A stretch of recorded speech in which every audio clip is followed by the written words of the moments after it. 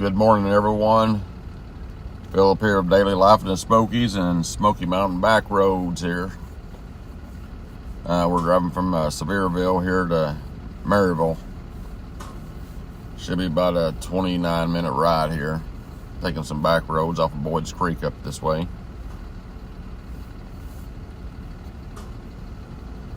It's going to be our last day of warm weather. And we got the great chili cook-off here in Gatlinburg tonight. Went to Dollywood last night and did a instrumental video on the Christmas lights. So we'll have that uploaded and probably up here for you tomorrow. And then we'll probably have the chili cook-off for you either tomorrow or Saturday. And then Friday, I don't know what we're going to do on videos on Friday yet, but it's supposed to rain on Friday, so we'll see what we can get into this Friday, Saturday, and Sunday for you. I know I got a lot of short feature coming up. Got quite a few of those going to pop up over the weekend.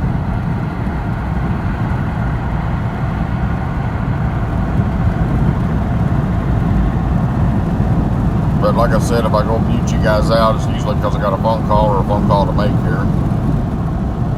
And I do got one coming in here I gotta make real quick, so I'll be right back with you.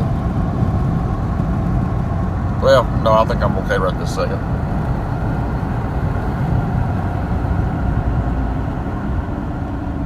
But yeah, we're here on Winfield Dunn Parkway here.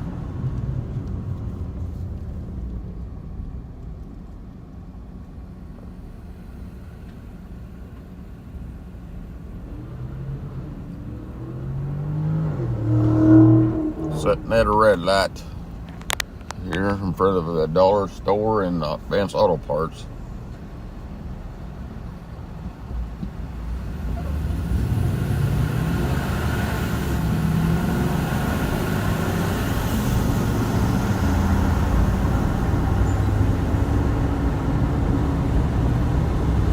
And then we'll be passing the Smoky Mountain Knife Works down here.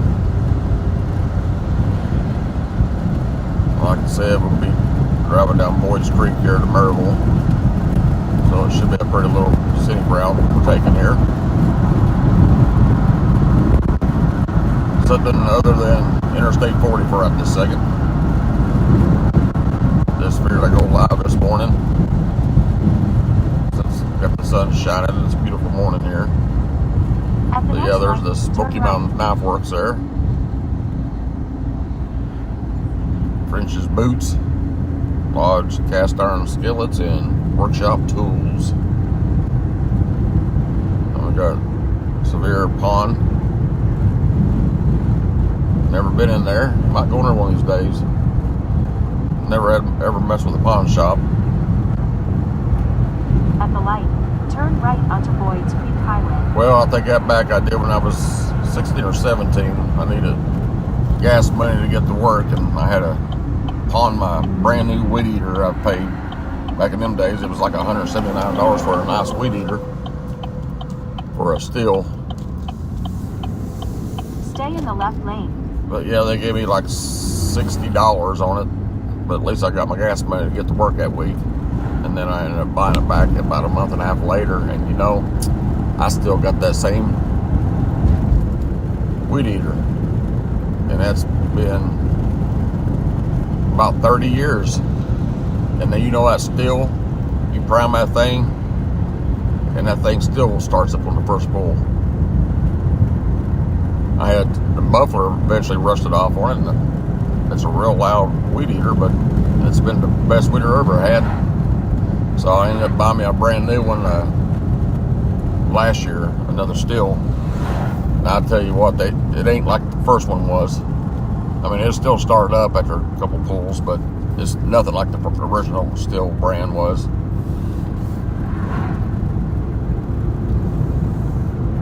But I use the old one for like the hillsides and in the woods and stuff like that, and use the new one for around the house. But I don't have to use it that much because I pay somebody else to mow my property now. And it's kind of nice coming home and the yard's already mowed. You don't have much time to mow a yard. I mean, get out and work all day, and then you shoot videos and don't have much time to do that, so it's kind of nice when you pull in from a day's worth of work and come home and the yard's mowed and all the trim work and landscape's done for you. Makes you feel kind of lazy sometimes doing that. But I've got other work to keep me occupied around the house.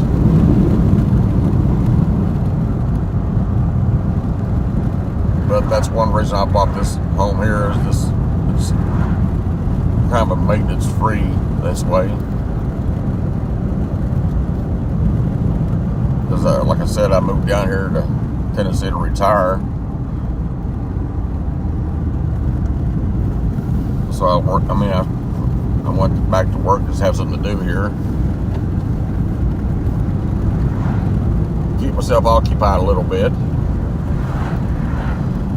And I think once I hit so many subscribers here on YouTube, what I'll do is just do daily vlogs every day, like better videos, and not work as hard like a full-time job like what I'm doing right now. So that would help if y'all could share the videos, get more subscribers for me, and that way I can shoot you a lot better content.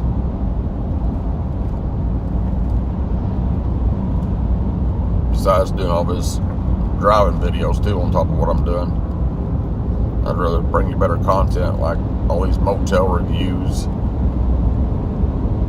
all the restaurant reviews, anything that's opening, anything that's closing, just anything new in the area. But mainly I like to do the cabin reviews and motel reviews, condo reviews and things like that, and do some fishing reviews for everybody, where to fish at and not to fish at. But I think I'll wait till I hit 100,000 subscribers before I do that. I've got another channel going up. It's called, well, I've had it for a while. This ain't really posted anything. It's 911 Appliance Pros, about fixing your appliances. And I've got one called High Tech Man, another YouTube page too that we do. I haven't got anything posted on it. I haven't got videos to upload on it. I haven't done it yet. But those educational videos they come in handy for a lot of people, especially if you got a dryer not heating. I can tell you which part numbers to get, where to get it at cheapest, and send you a link on how to fix it yourself instead of calling somebody up to do it, like your refrigerators and things like that. And that's mainly what I do most times, is refrigerators. I just enjoy this kind of work, meeting different people. Made a lot of friends doing it this way in the area, because when we moved down here we didn't know too many people besides some church family down this way and some pastors. And now we've met a lot more friends here in the area. People we actually hang out with and do things with.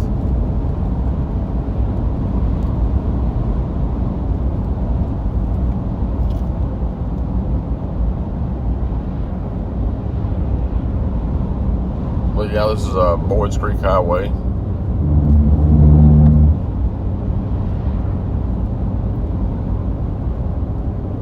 Going up there to Marble up here. Actually going up there to look at a refrigerator.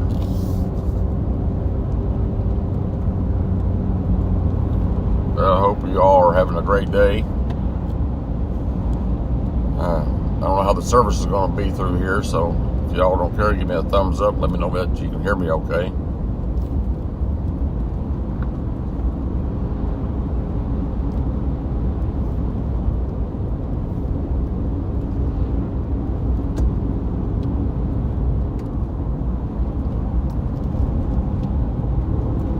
Yeah, Boyd's Creek is a good windy little road here.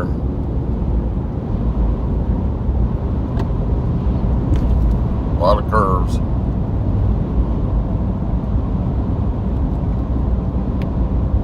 And they actually fixed that old double wide up. Now they put a brand new one in there. That place was for sale, and then they sold it, I guess. I mean, it looks like a new double wide, unless they went in there and really fixed the old one up.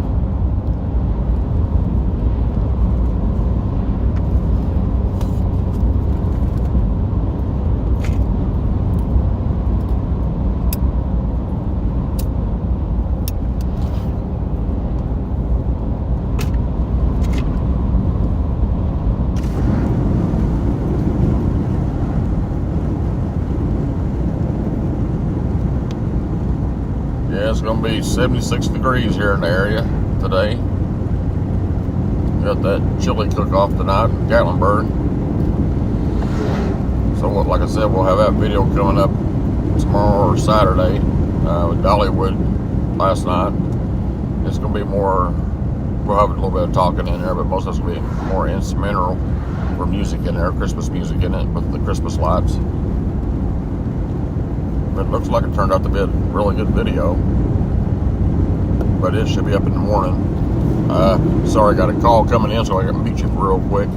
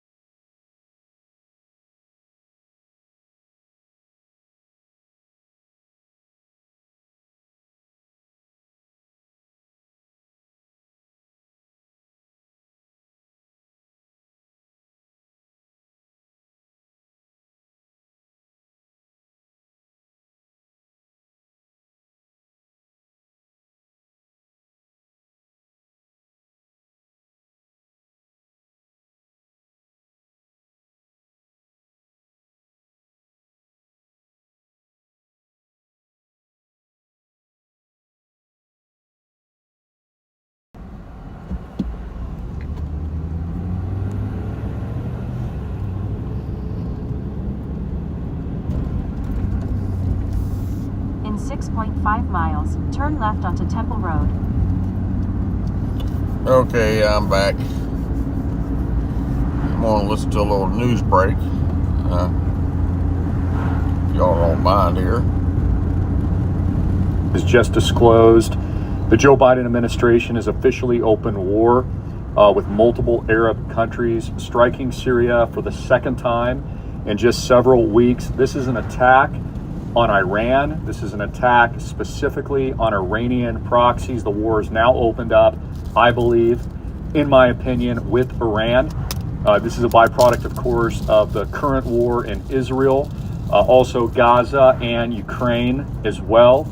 Worst case scenario, I just finished a report that we put out to the public. Please watch it, like and share this video as well. Warning of what I believe is an imminent collapse on Wall Street. I believe stocks are set to dump huge, bigger than anything we've ever seen in the history of the United States financial system. I'm hearing reports from all kinds of subscribers from all over the world, not just the United States, Australia, Canada, New Zealand. I even spoke to one gentleman from another island in Samoa, and all of them are telling me the same thing. This report just came out. U.S. carries out airstrikes. This is according to the Pentagon. I'll include a link below. This happened about 20, 30 minutes ago. I was just shooting another video at the time, warning all of you to get outside of the banking system. 2 U.S. F-15 fighter jets conducted an airstrike on a weapons storage facility in eastern Syria used by Iran's Islamic Revolutionary Guard and affiliated groups, the Pentagon announced Wednesday. Now, of course, Turkey is positioning right now as well. They've already set up tanks on the border preventing any Gazan refugees. They're about to enter the war as well. So you have Turkey moving in. Lebanon, I believe, is already in. Syria is already on a war footing, engaged in the war. These are failed wars, of course. Syria, Libya, just to throw out another country out there, failed. Iraq, Afghanistan, failures. The Zelensky-Ukraine war, failures. And now, of course, a widening open war with Iran, which is covertly being fought through Iranian proxies right now, something that radical neocons here in the United States, of so many, it's both sides of the aisle. I've never seen them agree on just one thing, but they're all opening up this war. Lindsey Graham, Nikki Haley. This precision self-defense strike is a response to a series of attacks against U.S. personnel in Iraq and Syria by Iran in what is known as the IRGC Quds Force affiliates. Defense Secretary Lloyd Austin, breaking news, said in a statement, quote, "The president has no higher priority than the safety of U.S. personnel and has directed today's attacks to make clear that the United States will defend itself, its personnel, and its interests. Quote, the United States is fully prepared to take further necessary measures to protect our people and our facilities." Yeah, this is terrible, guys. I mean, we have all of our major fleets in the region. Honestly, man, I say don't live in fear, but I really think they're going to drop a nuke somewhere. I don't know where it's going to be. I mean, God forbid it's in Israel. God forbid. I've always thought, God has told me it's going to be in Europe. I've warned about this. Things are so bad in Ukraine that they're now sending women. This is so tragic, to the front lines in Ukraine to be slaughtered in a meat grinder of a failed war that the United States, in my opinion, initiated. This is the worst of the worst. And now Joe Biden is opening up a larger war. The U.S. strike is the second time, because I reported this about a week ago, that the United States government has hit facilities used by Iranian-backed groups in response to nearly daily attacks by the Iranian proxies on U.S. forces in Iraq and Syria. And we pray for our troops. 100%, we've got your backs. We support you. And it is important to note that U.S. troops are being attacked now by proxies. But as a result, guys, of the war in Israel, as a result of the aggression, as a result of Benjamin Netanyahu and American politicians on both sides of the aisle opening up a biblical holy war, which can only be described as end times, and I believe will result in nuclear war. The U.S. strike is the second time, of course, delivered by F-15s and 2 F-16s, used precision-guided munitions, striking facilities linked to Iran-backed militias in eastern Syria. Bitcoin, by the way, pumping on the news. The best investment in the world, of course, get your money out of the banks. Island Project, Bitcoin, Jesus Coin. Where are people putting their money? They're putting it into non-sovereign assets outside of the system. This is what a lot of you don't understand. Bitcoin, crypto, islandproject.com with no bank debt, Jesus Coin. These are the best investments during World War III. It's the only place, in fact, to actually put your money. So we just broke out to a new all-time high. Of course, Bitcoin year-to-date gains. I'll just give you a fresh figure on this. It's been the #1 performing asset, of course, in the world. Trading is up to about earlier percent year to date. I believe about to break new records. I did report on this earlier, just on a little financial side note. An ETF approval is highly likely now, any day now. So you've got all the major financial institutions, BlackRock, State Street, Vanguard, all these guys are going to be opening up funds to buy cryptocurrency assets, tokenized real estate assets like Island Project. I mean, this is how I've positioned everything to pivot, leverage, and profit from the coming storm in the biblical end times event, which is only described to us in the Bible. And we've been building the digital Noah's Ark. Jesus Coin up over 100% just this week. It's the #1 anti-meme token, outperforming in the world. $16.7 million market cap. WeWork, meanwhile, a $14 billion pump and dump by Wall Street, is now at zero. Wiped all of its shareholders out yesterday. They've lost all their money. All the big banks, Citibank cutting 10% of its workforce.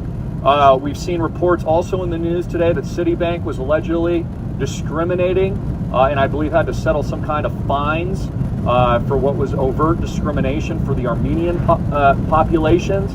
JP Morgan Chase settling over near $400 million in lawsuits regarding doing direct business with trafficking rings with Jeffrey Epstein, which they still haven't told us about who were in those black books. Now they're opening up World War III, multiple World War conflagration, of which Hamas says it's prepared to fight indefinitely. We have to take this in mind and think about this too from Hamas's perspective, and the Palestinians have nothing left to lose and are willing to sacrifice themselves, towards an effort in a war that I would argue U.S. personnel really don't have the same sacrifice in mind. I mean, we're seeing a lot of propaganda now heightening in the United States during